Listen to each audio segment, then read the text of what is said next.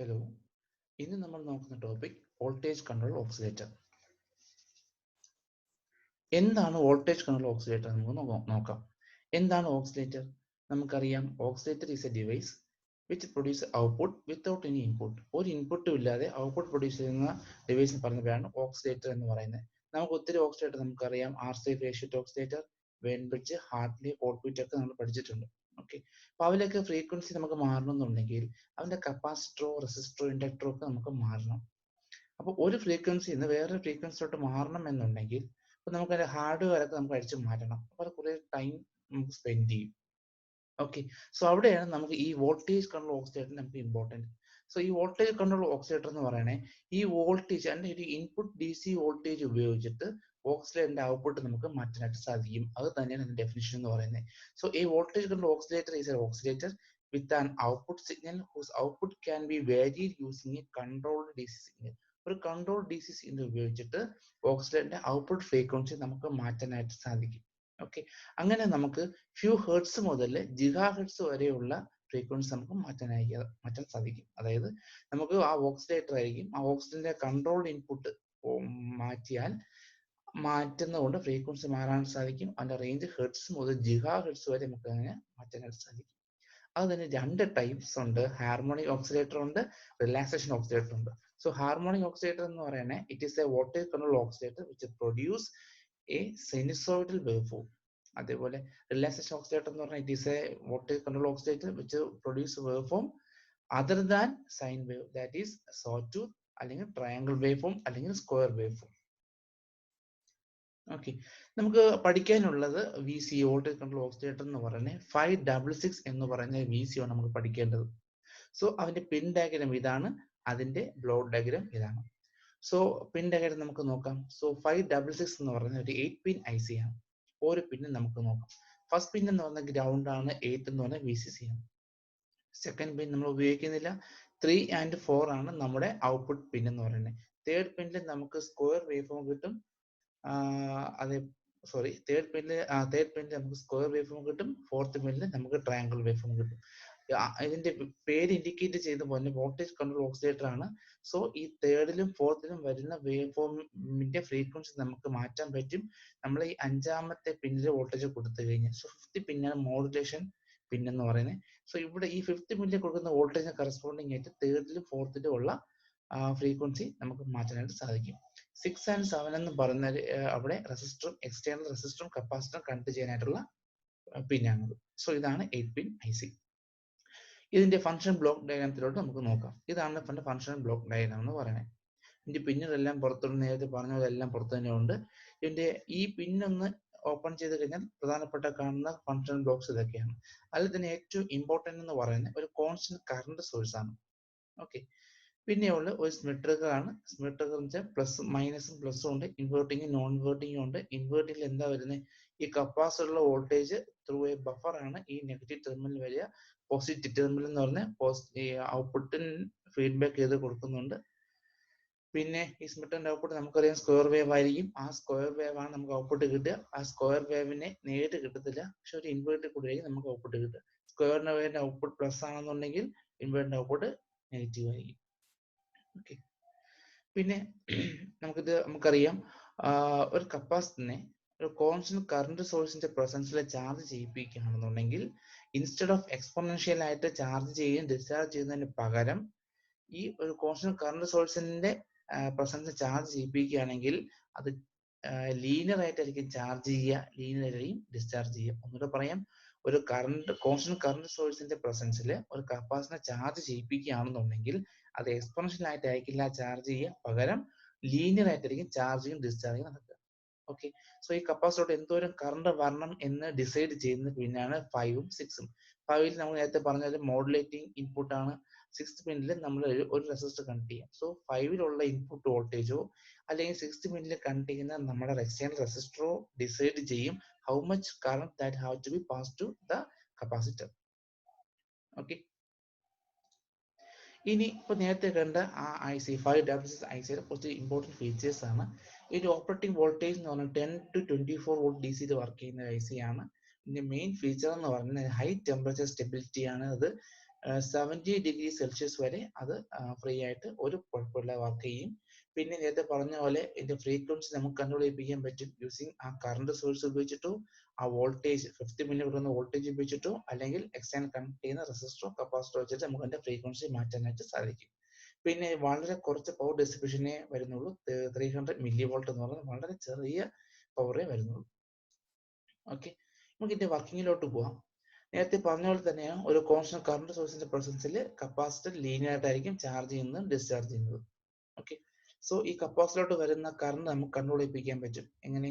നേരത്തെ പറഞ്ഞ പോലെ 5ാമത്തെയും 6ാമത്തെയും പിൻ, 5ാമത്തെ പിന്നിലുള്ള ആ മോഡുലേറ്റിംഗ് പിന്നും ദെൻ 6ാമത്തെ പിന്നിൽ നമ്മൾ ഉപയോഗിക്കുന്ന ആ എക്സ്റ്റേണൽ ടൈമിംഗ് റെസിസ്റ്റർ ഉപയോഗിച്ചിട്ട് വേണമെന്നുണ്ടെങ്കിൽ R1 അല്ല RT ആണ്.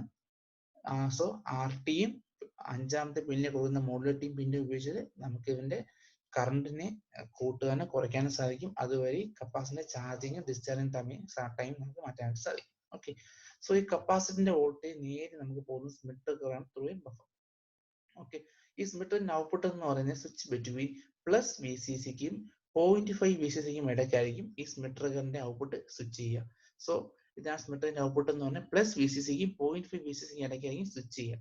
ഓക്കെ, സോ സ്മിത്ത് ട്രിഗറിന്റെ ഔട്ട്പുട്ട് ഒരു ഇൻവേർട്ടറിന്റെ സഹായത്തോടു കൂടി തേർഡ് പിന്നിൽ നമുക്ക് സ്ക്വയർ വേവ് നമുക്ക് ഇവിടെ കിട്ടും. ഓക്കെ, സോ സ്മിത്ത് ട്രിഗറിന്റെ ഔട്ട്പുട്ടിന്റെ പോർഷൻ നമ്മൾ ഫീഡ്ബാക്ക് ആയിട്ട് കൊടുക്കുന്നുണ്ട് ത്രൂ RA ആൻഡ് RB എന്ന് പറയുന്ന റെസിസ്റ്റർ കൂടിയാണ് നമ്മൾ ഫീഡ്ബാക്ക് നമ്മൾ കൊടുക്കുക. So if RA and RB, the value of RA and RB are same resistor നമ്മൾ ഉപയോഗിക്കുകയാണെന്നുണ്ടെങ്കിൽ ഈ ഫീഡ്ബാക്ക് വോൾട്ടേജ്, ഈ ഇൻവേർട്ടിംഗ് വരുന്ന ഫീഡ്ബാക്ക് വോൾട്ടേജ് എന്ന് പറഞ്ഞാൽ ബിറ്റ്വീൻ 0.5 VCC ആൻഡ് 0.25 VCC. അത് മറന്നുപോയത്. സോ നമ്മൾ ഫീഡ്ബാക്കിൽ ഉപയോഗിക്കുന്ന റെസിസ്റ്റർ RAയും RB എന്ന രണ്ട് റെസിസ്റ്റർ സെയിം ആണെന്നുണ്ടെങ്കിൽ feedback voltage will be switch between 0.5 VCC and 0.25 VCC. Okay, എപ്പോഴാണോ നമ്മളെ കപ്പാസിറ്റർ ചാർജ് ചെയ്ത് 0.5 VCC എത്തുന്നത് ആ സമയത്ത് സ്മിത്ത് ട്രിഗറിന്റെ ഔട്ട്പുട്ട് ലോ ആയിട്ട് മാറും, അതായത് 0.5 VCC ആയിട്ട് മാറും. ആ സമയത്ത് കപ്പാസിറ്റർ ഡിസ്ചാർജ് ചെയ്യും. ഓക്കെ, സോ എപ്പോഴാണോ നമ്മുടെ കപ്പാസിറ്റർ വോൾട്ടേജ് 0.5 VCC വരെ എത്തുന്നത് ആ സമയത്ത് നമ്മുടെ സ്മിത്ത് ട്രിഗറിന്റെ ഔട്ട്പുട്ട് പ്ലസ് VCC നിന്ന് 0.5 VCCയിലോട്ട് സ്വിച്ച് ചെയ്യും. സ്വിച്ച് ചെയ്യുന്ന സമയത്ത് കപ്പാസിറ്റർ ഡിസ്ചാർജ് ചെയ്യും. ഓക്കെ, സോ ഈ കപ്പാസിറ്റർ ഡിസ്ചാർജ് ചെയ്യും. സോ കപ്പാസിറ്റർ ഡിസ്ചാർജ് ചെയ്ത് എപ്പോഴാണോ 0.25 VCC എത്തുന്നത് ആ സമയത്ത് സ്മിത്ത് ട്രിഗറിന്റെ ഔട്ട്പുട്ട് 0.5 VCC അതായത് ലോയിൽ നിന്ന് ഹൈയിലോട്ട് സ്വിച്ച് ചെയ്യും. ഓക്കെ, ഈ സൈക്കിള് ഇങ്ങനെ പൊയ്ക്കൊണ്ടേയിരിക്കും. ഇതാണ് ഇതിന്റെ വർക്കിംഗ് എന്ന് പറയുന്നത്. സോ നമുക്കറിയാം ഈ കപ്പാസിറ്റർ വോൾട്ടേജ് എന്ന് പറഞ്ഞാൽ 0.5 VCCക്കും 0.25 VCCക്കും 0.5 VCCക്ക് ഇടയ്ക്കാണ് സ്വിച്ച് ചെയ്യുക.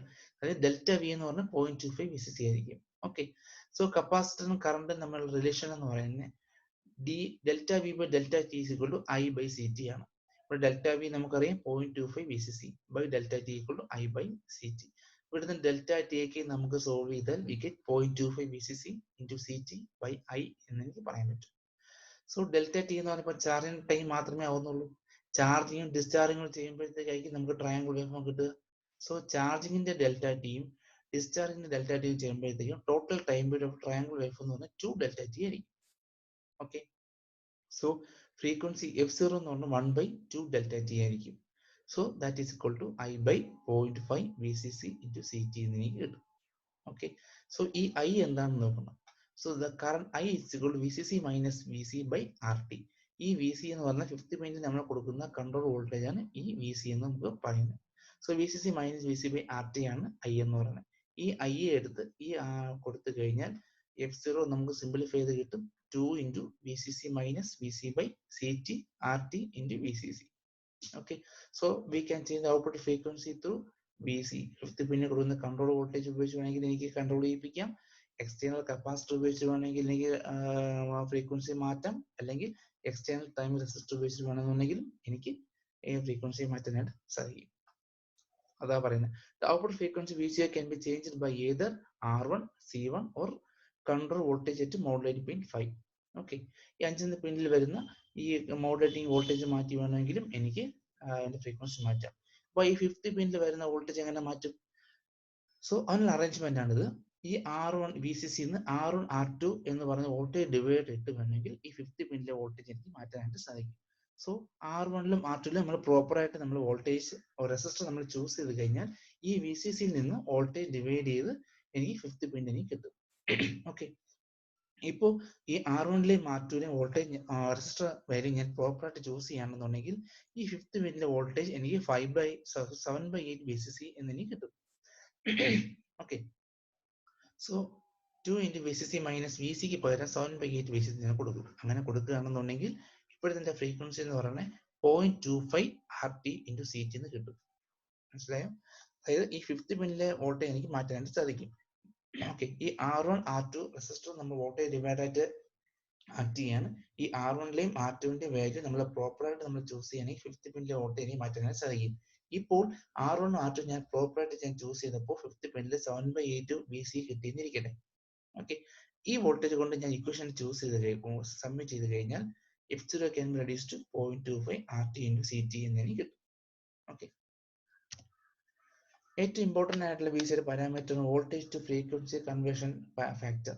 അത് ഞാൻ KV എന്ന് പറഞ്ഞ് സബ്മിറ്റ് ചെയ്യും. ഓക്കെ, സോ എന്തോരം കൺട്രോളിങ് വോൾട്ടേജ് കൊടുത്താൽ എന്തോരം ഫ്രീക്വൻസി മാറും, അതാണ് KV. Voltage to frequency conversion factor എന്ന് പറയണേ it is a ratio of delta F0 to delta VC. എന്തോരം കൺട്രോളിങ് വോൾട്ടേജ് കൊടുത്താൽ എന്തോരം ഫ്രീക്വൻസി എനിക്ക് മാറും, അതാണ് ഡെൽറ്റ F0 എന്ന് പറയുന്നത്.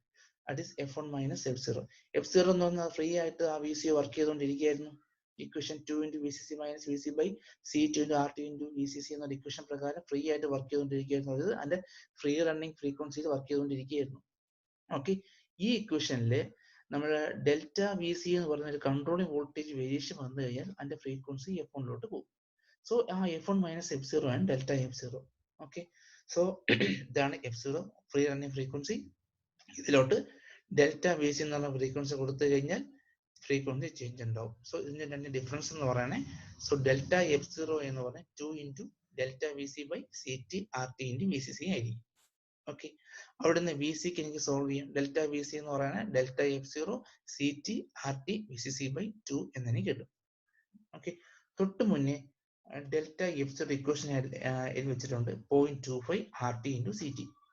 ഓക്കെ, സോ ആ ഡെൽറ്റ F0 വാല്യൂ ഞാൻ ഇവിടെ സബ്മിറ്റ് ചെയ്യുകയാണെന്നുണ്ടെങ്കിൽ സോറി, ഈ F0യുടെ വാല്യൂ F0ക്ക് പകരം തൊട്ട് മുന്നേ ഇവിടെ എഴുതി വെച്ചിട്ടുണ്ട് 0.25 RT × CT. ആ വാല്യൂ കൊണ്ട് ഈ F0 കൊടുക്കുകയാണെന്നുണ്ടെങ്കിൽ നമുക്ക് voltage to frequency conversion factor KV എന്ന് പറയുന്ന F0 ബൈ ഡെൽറ്റ VC എന്ന് പറയുന്ന 8F0 × VCC എന്നിങ്ങനെ കിട്ടും. ഇതാണ് voltage to frequency conversion factor എന്ന് പറയുന്നത്.